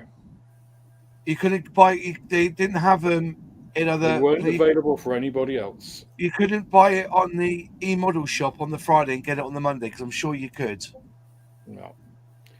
So if you remember a conversation with Dale, he said that they were only doing it for the people that had already committed to be at the show, be at Telford, to have that right. Okay. The events notification. But that's what I'm saying. But you could have bought that kit from Jadlam on the Friday, and they would have shipped it to you for Monday. And I thought Winter Wonderland models were doing that, or Wonderland models were doing that as well. You could order it from the website on the Friday when it was released, and then you would get it either the Saturday if you paid extra for postage, or you would have got it on the Monday. That's what I was under the impression. But that only helps those 4 or 5 stores. Yeah. Which are all the big, all the big guys. So I don't think that helps high street retail. But what if they did a release like the Sea King, and then they had the kits all in the warehouse ready to go. And then they said to every single model shop, we've released this kit we've told everybody on Wednesday, we've released this Sea King. Get your orders in now for your shop, so you'll get them all by Friday. So everybody had a level playing field to get them That in would the be shop. fantastic. That's what I mean. Yeah. But I thought they did that. I thought they did that with the ME410, with those ones that were. No. Okay, that's my bad. Okay. Wouldn't they only be able to do that if they had the stock in the shop? That's no, yeah, but that's what I mean. Say like for everybody, you buy the kits and boom, we'll send them out to you. So they would say they'd select the Sea. Say for instance sake, the Chinook. They didn't announce that at the announcement day. Well, in March the 1st, they say we're going to release a Chinook, and it'll be available in your local model shop next Monday. So all the model shops can then ring up Airfix, put their order in for these Chinooks, and each model shop will get them on that day on the Monday. Then they can ship them out to other people. Was that the easiest way? Would that be the better way? That would help. Yeah, but surely that would only work if the retailers could get the stock in. That's what I mean. That's the idea. They would announce it on the Wednesday, and everybody then could then put in their orders. Yeah, but weren't there issues with the SRN1? Do you remember when the SRN1, because you had a pre-order in with it, and Jadram had it before they even announced it? That's right. But they didn't have They do this. They have the stock in the shop, or did they say you can just pre-order it with us, and then they got it? Well, that's what I thought they did. I thought they didn't have it in the shop. I thought that you could have ordered it that day, and they would have shipped it out to you when they got them in stock. That's because, John, they had advance notification. That's right. Which is fair on guys like you. Few shops that were given an advance notification, which again is that was a quicker way to kill a distribution network than to give preferential treatment to a couple of different suppliers. I mean, I'll be honest with you. I was talking to John Alex a couple of weeks ago, and we were talking about the pre-ordering issue, and you never got the kit at all. To me, there's no point in pre-ordering anything because they send all those models out to the retailers that are big boys before you even got a chance, and you've already paid for it. Well, no, that's not quite true. You don't pay for it until they ship it that day. So, for instance, when I ordered, like, say, for instance, the what did I get last? It was the Buccaneer. I put the order in, pre-ordered it, and I didn't. And then 6 months later, they then took the money from my account, and then they said it'll be shipped the next day, and it was shipped the next day. Right. Yeah. Why does everybody want the kit on release day? Well, why wouldn't you? That's a really good point. Because we do. Because it's the Apple way. Whenever that's they really, that's a stash thing, isn't it? Yeah. Well, you definitely want it for your content creator. Because you want to get it. I was muted the whole time. I'm sitting here, blah blah blah. Unless you actually want to build that model tomorrow, you can't build it when you want it unless it's in your house. It's the latest thing. Listen, I get my iPhone when they launch it. I have it within 2 weeks. I pre-order it on the day, and then I get a little notification saying that you're not going to get it till November because everybody just bought them. Yeah, but it's slightly different with the model trade. I mean, because I asked you last week what your next model project was going to be. How long have you had that kit in your house? It's a few months, isn't it? It's very different, but you can't have control of when you want to start building that project unless. Yeah, I understand that, but on the other flip side of it, though, I can see where Alex is coming from. Yeah, where you have a small amount of scale model shops have internal because they spend a lot of money. I can see why Alex. Agree with that. I think that's why Alex is pissed. Yeah, I quite agree with that. I don't agree with the fact that these big boys should have more advantage on early deliveries before people that have already pre-ordered it. Right. It's also double advantage, right? So I can tell you how many ME410 kits I've sold in the shop. Yeah. None. I haven't sold a single one. Now, F-35 starter sets, I ran out again last week, which is about the 4th or 5th time I've had to restock them. The problem is that once you've got a couple of retailers who can get advanced copies and everybody can get it from there, is that everybody gets it from there, Yeah. and then that's it. Everybody who wants that new kit, that new shiny thing, has it. So the fact that small companies like, so I'm not just talking about me, I don't want to make it about me, but like a small company comes out and says, okay, Airfix, I want to hit the minimum threshold for you to ship for free. So I've got to buy this number of kits, which is all on pre-sale. It's all pre-info. You know, you pay pro forma. So they've already got the money. So Airfix already have the money for the stock of 410s that I have in the shop. So I'm funding Airfix there directly. There's nothing coming from that. So that's a debt that I have in my bank balance that I've given to Airfix for what? Yeah. They haven't supported me in that at all. So that is, and every other company as well, because you say 10 model shops in the country have the same issue. They bought a couple of maybe 410s. I mean, I've got quite a stock. That's quite a bit of money that Airfix are getting for basically stock, which might not sell for what, a couple of years, 3 years. Who knows? You see, the problem with the ME410 is that if you go outside and ask the average Joe on the street, they won't have a clue what it looks like. But seeking the will. Yeah. And that's why the 410 might sit on your shelf for 6 months or so. Yeah, even though it's a fantastic kit. Yeah, I can believe it is. Because everybody's bought it, you know. You've saturated your market. But at the end of the day, it's like, you know, as a personal choice, people go to Magellan because they know they'll have it and they'll have a lot of it because they buy a lot of it. And then as a business for Airfix, they think that's good because we can then rely on Jadlam to buy 2,000 kits. Yeah, but what will happen in the end, Moss, is they'll just have Jadlam and Wonderland models. Yeah. And there won't be any small independent retail shops. And then that's up, but then maybe... Or there won't be those shops selling Airfix. Because that's the other thing. I think you asked me a while ago, you know, what one thing would I change? I wouldn't have half of the stock. Probably I'd have like a tenth of the stock of Airfix kits that I have. I'd have invested in other companies who support me better as a business, purely as a business. Nothing to do with the models, because I only have models in the shop which I think are acceptable. Let's say I don't have 1955 toolings of Revell tugboats, for instance. So, and ultimately, you know, any model shop is a business, and if Airfix want to be, you know, as their tagline says, the #1 supplier to the hobby, they have to foster those relationships, not just with the ones that will buy 2,000 kits, but the ones that will buy 10 and 20 of a particular thing, because they still have to hit that minimum order value, right? Well, you vote with your feet, don't you? Like I said, I tend to buy things that I want, and I'll go to particular websites who I want to support. But like average Joe who don't know about these other model shops, if they see Jadlam pop into their, I'm not dissing Jadlam this bit. I'm just saying that they've got a very, very good marketing structure where whenever you buy something off them, you are kind of forced into giving them your email address. And if you don't click that box to say I don't want information from you, they will send you email time after time after time after time.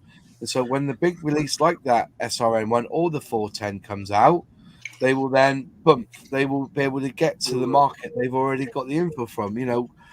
And then so if nobody else thinks, well, they're the only one that's got it, they'll buy it off Jadlam. I mean, and fair play to Jadlam. They, as you say, you know, they've got it's a successful business, and no one's trying to take that away from them. But this is why I said that if we want to have small retail shops, small model shops, you know, local shops there, then you have to have that kind of renaissance of like, well, am I just going to buy off the internet? Because if you do, that's what you'll have. Am I just going to buy from Jadlam? Well, then that's what you'll have. You know, if you don't support a local model shop, then it's not surprising that there are no local model shops. So, and not to criticize anybody, because I do myself, you know, buy stuff online. Sometimes it's the only way. Model shops don't have what you want and all the rest of it. But, you know, if I want fresh fruit and veg and don't want stuff that goes off in a day from the co-op, I'll go to my local fruit and veg store, you know. Exactly. Just want to say a big shout out to David Barber and also to Crazy Locker for the super chats. That keeps the I put the money that I get from super chats into actually paying for this expensive I think. StreamYard, but it's not the most expensive one. I like to get the most expensive one because we have a green room. Are we then. in glorious 1080p, Moz? Pardon? Are we in glorious 1080p? 1080p now. Yeah, I pay for Sadly, the we are. 1080p. So yeah, I set it for 1080p now because you just want the best, don't you? So people can see. Yeah. Do any suppliers do sale or return anymore for retailers? That used to be helpful for small shops. I think they do for sandwiches and pies and pasties, but when there hasn't got a shelf life, I don't think you can. You know, it's it's whatever. Oh yeah, how many of those B-17s have you sold since Masters of War have come on the Masters telly? of- Then, Alex? yeah. Masters of the Zero. Air. None. None. No. Has anybody watched it yet? I watched the first episode last night, and I was a bit. It's not Band of Brothers, is it? You know what I mean? But you know, yeah. Patience. Watch the second episode, Moz. Is it good? The second episode, is it?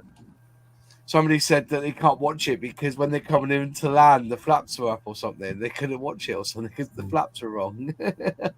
Yeah, I've tried on 2 different occasions to get through the first episode, and on both times I just kind of it just lost my interest.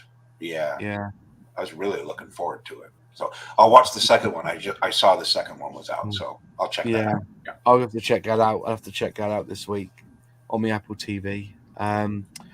Games Workshop and Warhammer will buy back old stock if it doesn't sell. Also give 20% discount for brick and mortar stores. But that's the thing. You see, you know, you go Games Workshop do have a lot of shops around. Yeah. Games But Workshop they're- also do some really. They're not an easy company to deal with. They demand a certain store frontage if you're not, if you're an independent, and they might buy back. But if you're successful, they will put a Warhammer. They use you as a market test. So they're a successful business for a reason, right? They're pretty cutthroat. Yeah. Yeah, I can order container at discount, significantly discount if 1 or 2 items. Okay. Yeah, as I said, brick and mortar is the thing. Saying that though, if there's no brick and mortar shops, then I suppose like Airfix tried going through Game, didn't they? They were selling product in Game. They sell product occasionally in Aldi and Lidl. They had that. They had a ModelOfficer. What's it in WH Smith's? Did they? Yes. But again, we're going. You know, as I said, if the likes of Hobbycraft don't invest in their model side of things, I can't see it being put around too much other places. I mean, But- I can't. The thing is, if bricks and mortar are such an issue, why don't they go have a mobile model shop? What, be like an ice cream van? Like your old Snap-on. When you used to have your Snap-on, the Snap-on guy come to your aerodrome or whatever. You mean like the baker's van? Yeah. Mobile library. That's be a bloody big truck. No, you don't. You don't only need a Sprinter. You get quite a bit in a But Sprinter. it does make me laugh. I can imagine it going around with your rack of Vallejo in the back, like, you know, it's road bump. It's all on the floor. when you Imagine get- Alex going up to somebody's back door with a tray in front of him with loads Tell of you what, I'm just thinking now, man's mobile moments. There we go. yeah, Yeah. you can imagine it. You Yeah. can imagine it. You know, you go because I remember those shops going around doing that. There used to be a shop in the early '80s. Used to go around selling stuff. You used to come up and go, "Oh, what have you got today? Oh, can I have a bag of potatoes, please? And can I have tin of beans? And can I have a pirate copy of ET on VHS as Right, well?" yeah. You know, like, you know what I mean? Something for the weekend, sir, as well. So For the weekend. Yeah. Or a t-shirt. Yeah. I remember when being in Liverpool when there was a guy who used to come round with, want to buy a DVD? Like that. Yeah. DVD? Yeah. On my DVD. Yeah, buy a DVD? Buy a DVD? We had a guy come round once and he had a jacket in a lining for the watches. Yeah. You want to buy a watch? I don't think any of them would have worked. No, that's right. Yeah. Oh, it used to be all sorts. I remember, when Backy used to bring Backy back, he used to get the lorry drivers go over to Europe and come back That's with right. piles of Backy, Yeah. and cigarettes and stuff. And he used to buy like Golden Virginia, like a 50-gram pouch for £4, and it was like £9 in the shops. Can't do that now. Can't do that at all. There is a model shop that covers some of the villages round here. Wow. The return of the mobile tuck shop. Yeah, Yeah. like Arkwright and his Yeah. mobile. Yeah. I don't know. Around Hours. Yeah. Trotters Independent. Yeah. Yeah. There you And then go. when you buy things on tech, Yeah. Have you seen these mobile post offices? yeah, Yeah. This is it. Well, It's like the other day, yeah. it's like all banking is online now. You can't physically go into a bank now unless it's in the city. It's like when you want to do your mortgage. No. We found that going into a bank and saying this is what we want for a mortgage was cheaper than doing it online, because the rates we were getting was absolutely crap. But it meant 25-minute drive into the city, parking up, paying paying and going into the Halifax or to the Lloyd's TSB to get a decent rate. There was a pop-up model shop at the Bournemouth Air Show. See, that's what I'd like to see. Maybe Airfix could do that. They have a van and they Yeah. go around to those local scout clubs, and wherever, and maybe that's my next venture, is to just sell model kits in the back of a van. Be a bit seedy with it, like, you buy this, right? I'll give you a contactor free of charge. Like, you know what I mean? Yeah. But I use free tobacco when I filled my truck up in Belgium. Yeah, it's duty free was the thing to have. So the decline of model shops is going down. As we said, we've seen it happening. What would save a model shop? Last half hour then. What would save a model? Say you want to see a model shop in your area. What do you think would save a model shop if it was struggling? tax Good break. question to ask. Tax breaks, good rates for them from the main. Yeah. I don't know what would be. What would be the answer? I just don't know. I think it is those. It's the on costs is one thing, and I think that goes to a lot of retail, not just modeling bits. I think also the manufacturers really need to work out what is their plan, and support that network, whatever that network is, whatever they decide. I think if you look at the likes of Tamiya, they use distribution. That is their model. Yeah. So they can support that. And if you look at the way Tamiya models, okay, the website's garbage, but that doesn't matter, right? Because Tamiya is recognized everywhere. You can buy a Tamiya kit for roughly the same price pretty much anywhere in the world. Right. Yeah. That isn't true of a lot of other manufacturers. No. So good communicate. I mean, I've been a distribution manager for quite a long time in my real job, probably about 8 to 10 years. I was a distribution manager across different geographies. You've got to build up trust with your network. You've got to have a reason for them to invest in you, and it's incumbent on the manufacturers to do that.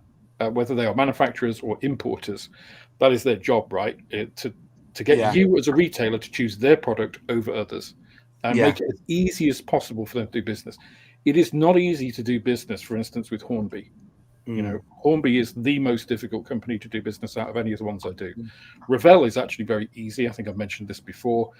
They need low barriers to doing business, like as low a threshold as they can for free delivery, for instance. Considering that you get free delivery £30 or over from Airfix directly, having to spend a lot more than that as a retailer, it's like, well, what's the rationale there? So I think they just need to work out what is their model and really go for that, really support it, make it easy for the retailers to buy from them. If they can buy if somebody can come into the shop and say, I want this, this, and this, I can say, I haven't got it in stock, but if I order it from Airfix, I can get it in, you come in on Tuesday, I can guarantee that you can pick it up by Thursday, Friday. And then you have the Mac. Want to buy DVD? That is how it should be, Alex. That is, if somebody comes in the old shop, it doesn't matter what they want to buy. So they want to buy a Revell 32nd scale god awful Corsair, right? You should be able to I order would that. talk them out of it. Yeah, you would talk about it, obviously. If they Would were the out- That's the benefit of the model shop. and you would should the be able to ad- just charge them a couple of quid extra for the postage to get it into your shop. That's the story. You shouldn't be left with this bloody god awful order that you've got to fulfill in order to get it back for free. But then Joey, if you don't do that, they just go, okay, Yeah, I thank you very know, I much, understand go that. online and order it. So that's what I think, if the retailers, if the manufacturers really want to support retail, they've got to think about what problems do they face. So for me, communication is the big thing. So some of the suppliers, I'll tell you, the hobby shop actually have some of the best communication. When I place an order with the hobby shop, I can do it online. I can see the live levels of their stock, so I know when it's going to come. Yeah. When I place the order and I pay for it, I can pay for it online or I can pay by backs. There's a guy called Ryan. If I don't know whether he would ever watch this, but if he does, he's a great guy. He rings me straight afterwards, say, "Oh, hi, got your order. Everything's in stock. It's gone to the warehouse. It's being picked. It'll be with you by whatever." Yeah. There's no need for that call, really, because it's all been done. It's all been confirmed by email. But it's just that courtesy bit, the level of service to me, because I am their customer. That communication is really good. So, it encourages me to use the hobby company to buy more stuff, and to be that. That's where I get my Tamiya stuff from. Do you think it's what? Do you not think it's time to say? I think we've gone past. Say there was. Well, I think we've gone past the idea because there's not as many model shops as there were, say, 10 years ago. The only way around it, if Airfix wanted to support local model shops, would not to sell online, where they would just you could only buy this from your local retailer or your stockists. I think sometimes that maybe they overdo it, like because I presume that where I get my model, if I buy a kit from Airfix, it comes from a distribution center. So having to pay people to pack that item, bubble wrap it, then send it out. Well, it Maybe probably they should depends cut on- ties from doing online so that other people do the online side, and all they got to do is worry about getting that kit to those shops. That would be going back to the VAT thing. It would never work, right? This VAT thing. I'll tell you the reason why. Because everything's sold online. Whether you buy your car insurance, whether you buy your gas, your lecky, whether you buy Tesco home product, as soon as you buy it online, the VAT rate will go right up. So you've got to keep the only reason, with utilities is that 5% VAT, isn't it? Which is, I think is fucking deadly. They should never put VAT on human rights, like gas. Gas and electricity is a fucking human right. You should never put VAT on it. Should never have happened. But because we made them national companies where the money goes to France, the only way they realized they could recoup any of that money they were losing when they went to become nationalized, when they came to private businesses and not nationalized, they lost that load of money because all that money's going abroad. EDF's owned by French company, things like that. It's all, so they put the 5% VAT on it. But you couldn't do it otherwise. You can't change the VAT for brick and mortar to online. It just doesn't work because like everything else is bought online. When was the last time you rung direct line or gone into insurance brokers to sort out your car insurance? It doesn't work. So they couldn't do that, unfortunately. But maybe Airfix will earn too much money by selling directly online now. But the one thing I will say, if you live abroad, that Airfix website is bollocks. Absolute bollocks. Because I still cannot understand how they can charge £35 to £50 for an item to be sent to America. When I've sent a model to Alex for £19 or Fenris for 15 quid. Yeah. So they fuck themselves on that. So, so they do insist on these kits going to the companies in the local realm or distributors. But as I said, I still feel that maybe that's the answer. If you want to support local, Airfix needs to get off online, but they won't because they make a lot of money from it, apart from if you're in abroad. So But that's one way of looking at it, is that if all the retailers decide we're not going to sell online, and all the manufacturers say we're not selling, unless the government brings out a thing saying you, but then again, Apple will be buggered because they manufacture and sell in their own shops, unless Airfix start bringing out their own model shops that do actually sell products like Well, with that would even the field, Moss. I would have no problem with Airfix selling online if it was online out of a bricks and mortar store, because that is an even playing field. Yeah. At the moment, they're competing on an online platform with people who are in bricks and mortar. It's just like, that's a very different structure, you know? Yeah. So, yeah, I wouldn't mind whether they did that or they do like Bachman do and only supply through distributors, because then you do build that bond, because it's just like, on their website it's say, oh, you buy from these various places, you know, and here is your local stockist and everything. But I think they just need to choose. They're trying to, I think, have their cake and eat it, and I don't think that will work long term.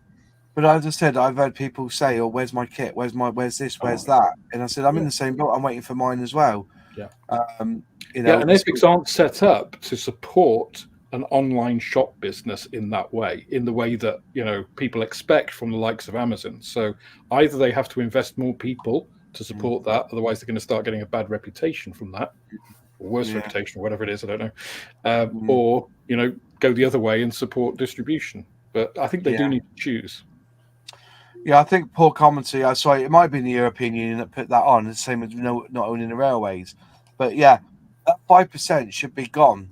There's no way on earth that something that's a human right. Is there VAT on water? I can't remember if there was VAT on water, but I'll have to have a look at my next water bill. Right, but, we have things here that you don't pay tax on. It's a human right. Yeah, food. You know. Like I said, we went down the we had to, didn't we? Because, you know, the gas and lecky companies was all made into taking off. Well, I know for a fact you can't get cut off from the water. I know that. No, you can't. It's a human right, and why are they paying? Why are we getting taxed on something that's a human right? You know, and if you went back, you know, it's like all these billions of pounds worth of profits. That billions of pounds worth of profits these companies are making should be going back into the NHS. It just doesn't. But anyway, I'm not being political here. I'm just saying. Warhammer are being buttholes and are charging RRP on certain items. They can make them not exclusive, but so small shops can't buy them, so customers will go direct to them. They're already so expensive. But they can't do that by law. You know that, don't you? Competition rules say, because we've had this argument about Tamiya. Tamiya will only let you sell at 10% under the RRP, and they can't do that under competition law. So unfortunately, Warhammer can't do that. They can try it, but it's actually unlawful for them to do it. I was having a look online because I wanted to find out if I had any model shops near me. And I've got 3 model shops that are in walking distance. They're all sorting Warhammer. Yeah. Um, That's it. So this comment is, sorry, that one from Phil there, it says like, well, if that's the way you feel, then you don't want retail shops. Yeah. You know, it's just like, but bear in mind you've paid for your club to get the 10%. So, you know, if you're buying £350 worth of, or say you're counting the other 10%, £175 worth of Airfix kits, it's a marketing buy-in. That, right? I've used that kind of trick before. It creates that mentality of I have to buy this in order to use my discount. But that, if you want that mentality, that's basically saying I just want to buy from the internet, because retail can't survive in that, right? I mean, that's a choice. That's a choice we all have to make. Yeah, that's it. It's unfortunate, but that's, you know, I am an Airfix Club member. I personally think it's good value for money. I know we've got differences, and that's fair enough. But I do use my Airfix Club to buy the stuff, and also everything else that goes with it. I like the magazine. I like the calendar. I mean, it's a fair point from Phil that, you know, if retail is charging RRP, then why would you? That's why I say I think it's the responsibility of store owners that they have to be competitive.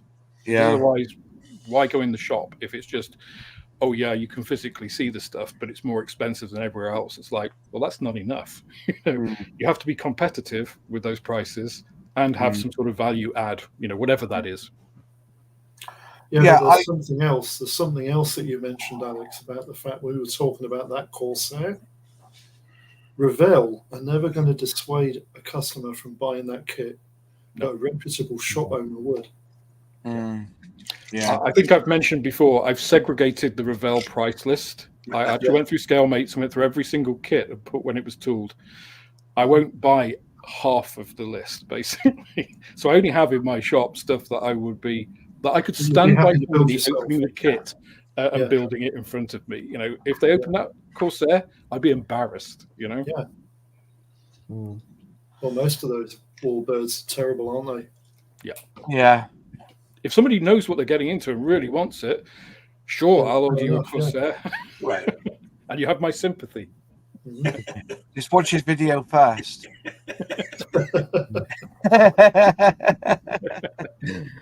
I've been a glutton for punishment because I've built 2 of those kits twice. I built the P40 Warhawk and I've built the Corsair twice. You've only yourself to blame, John. I know. I agree with you.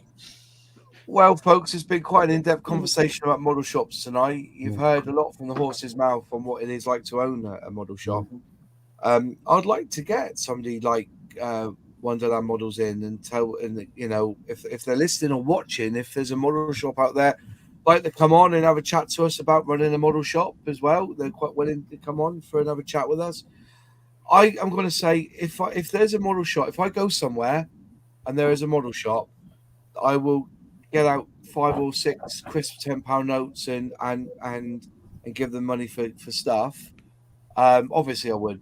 Like I said, my local one, Buffers. It's just that little bit too far away from me for me to go there on a regular basis. I have to plan my trip up there. I normally go to an auction house at the same time and pop in and see them. But as I've not been there for a while, it shows you how many times I've been to that auction house. But yeah, it is a sad state of affairs. Years ago, model shops were here, there, and everywhere. They were always in the bigger towns, weren't they? They weren't in like the villages and stuff, but they were always in the bigger towns, not always in a city. And I think with the onset of online, and you can't say that Hornby as a company saw a market there and decided we're going to sell direct to. That was their decision, and I don't think they're going to change it anytime soon. It's nice to see the likes of Bachman saying, "No, we're just going to stick to retail, and that we're only going to supply retailers." Fantastic. But in the end of the day, we work within our means, and if you do want to support a local, if you've got one in your area, then go off and buy from that. And the best thing about these model shops, they've got all the accounts set up. If it's something that you desperately need, I think they can get it to you within a couple of days. It's pretty good. And that's the future. I think if you can't get to a model shop, you will naturally buy online. But yeah, when it comes to Tamiya and all that, I diss around all the places. I don't necessarily buy from one particular online. I bought from Amazon sometimes, but I've seen a Tamiya kit going cheap, especially that 148 Dingo. That was dead cheap before Christmas, or just before Christmas. I bought that.